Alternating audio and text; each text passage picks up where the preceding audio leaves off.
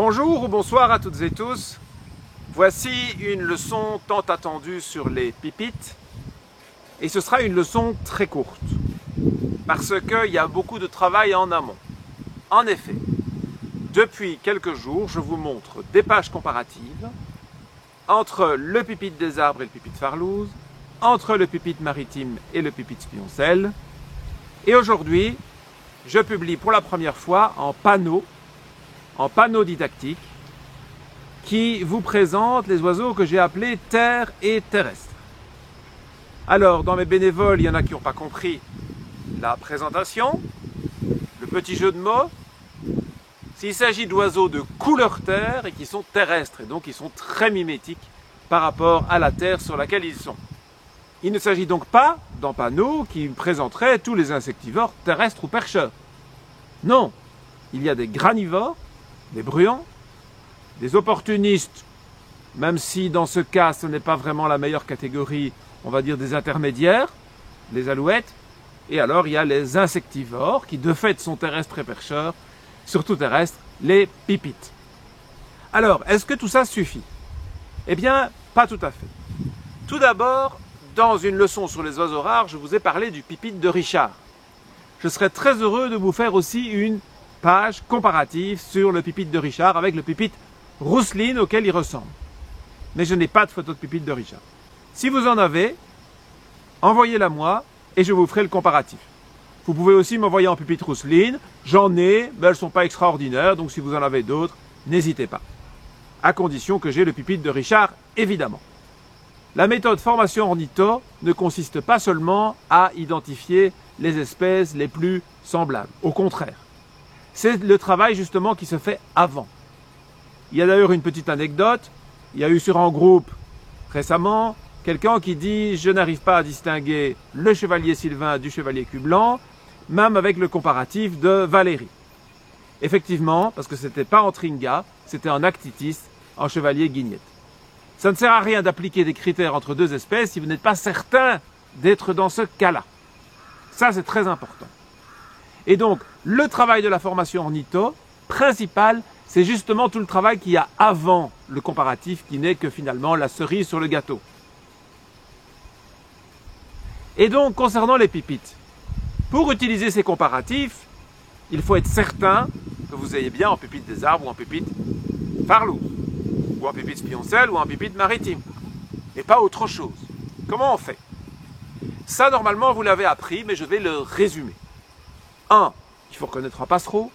En général, il n'y a pas de problème. 2. Il faut reconnaître qu'il est insectivore. Ça, vous l'avez appris, en bec fin et long, pointu, pas de problème. Et puis, comment est-ce qu'on sait que c'est en pipite et pas autre chose? Très important, je l'ai déjà dit, mais j'insiste beaucoup sur ce critère.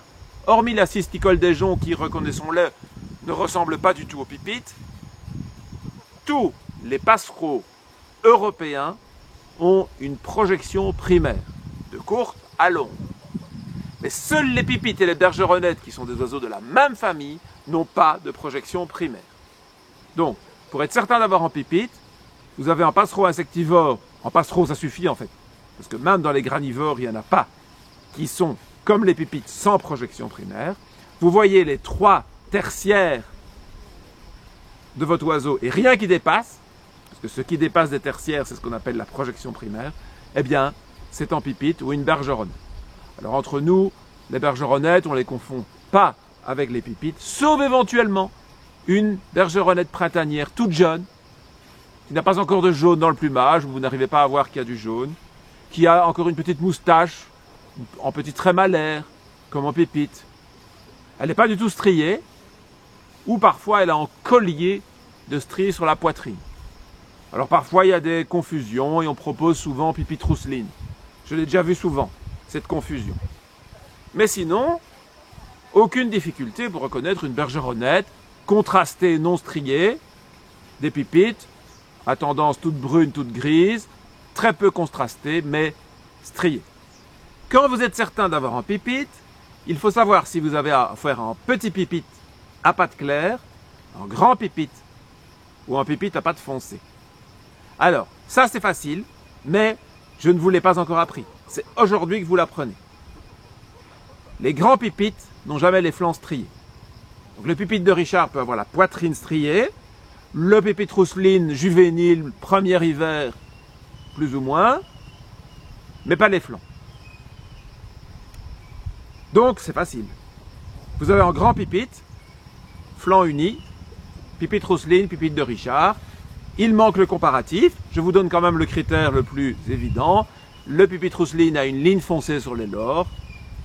Et le pipite de Richard n'a pas cette ligne foncée. Il a donc une face comme ça toute dégagée qui rappelle un peu la face d'une alouette. Si vous avez un petit pipite, c'est-à-dire qu'il a les flancs striés et les pattes claires, eh bien c'est le farlouse ou le pipite des arbres. Vous allez voir le comparatif. J'ai mis 4 critères, ce qui suffit largement. Ou alors vous avez un pipite à pattes foncées. Lui, il peut être uni comme le pipite spioncelle en plumage nuptial ou strié assez peu, comme le pipite spioncelle dans d'autres plumages, très strié, comme le pipite maritime, mais ils ont toujours les pattes foncées. Des critères vous sont donnés dans le comparatif. Ces comparatifs ont pu être publiés grâce à des membres des groupes Facebook d'ornithologie, Inconditionnel, Forum Formation Ornitho, Ornithopassion. Je les remercie. J'ai reçu beaucoup d'autres photos pour faire des pages complètes sur les pipites. Mais il me manque encore des photos. Donc vous pouvez continuer à m'en envoyer. Sur toutes les espèces. Pipite rousseline, pipite des arbres, pipite spioncelle, pipite maritime, pipite farlouse, pipite de Richard. Pourquoi pas pipite à dos olive? J'ai déjà une page aussi. Allez-y. La semaine passée, j'avais fait un autre appel. Il s'agissait d'une aide financière. Vous avez été quelques-uns à répondre, ce qui a augmenté la somme qui apparaît sur Tipeee, sachant qu'il y a 50 € qui sont ponctuels et le reste, donc on est à près de 100 € par mois. L'objectif, je vous le rappelle, c'est de dépasser les 300 € par mois au 1er janvier prochain pour l'anniversaire des 6 ans de l'encyclopédie holistique et qu'on puisse continuer ainsi encore de nombreuses années. Donc, je remercie ceux qui ont participé. Et je continue à faire des appels pour que nous continuions à croître et qu'on puisse continuer dans des bonnes conditions. C'est mon dernier cours d'ornithologie depuis les Philippines, puisque je n'ai pas réussi à prolonger mon visa, je l'ai demandé trop tard apparemment, et donc je vais devoir encore bouger. Ça fait des années que j'essaye de me stabiliser, depuis en particulier 2020, en fait ça fait depuis 2010, mais en 2020 j'avais quelque chose de très précis. J'avais même fait une vidéo qui s'appelle « La fin du voyage ». C'était il y a 1 an. Je vous invite évidemment à aller la voir si ça vous amuse, même si c'est un peu plus personnel. Je crois que c'est quand même amusant de voir toutes les aventures qui m'arrivent. Et dans 2 jours, eh bien, on va devoir aller vers un lieu que j'ai voulu choisir évidemment proche et bon marché vu les circonstances. Et vous allez voir qu'en plus, il y a des oiseaux et j'espère vous montrer des oiseaux très intéressants dans les jours qui viennent. On croise les doigts qu'il n'y ait pas encore un problème administratif ou autre. À très bientôt. Amusez-vous bien avec les exercices qui ont un certain niveau mais qui sont tout à fait accessibles. J'en ai mis beaucoup et j'espère que vous apprécierez. La migration est là, en Europe. Profitez-en. C'est quand même une des meilleures périodes de l'année pour l'observation des oiseaux quand la météo le permet.